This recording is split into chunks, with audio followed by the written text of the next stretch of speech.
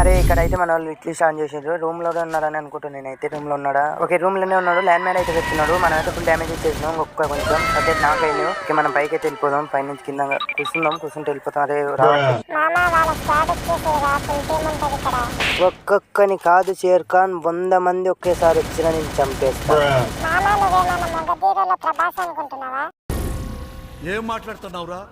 రే మధ్య అది మొగధీరల ప్రభాస్, బాహుబలిలో రామ్ చరణ్ కాదురా. మొగధీరలో చేసిందే రామ్ చరణ్.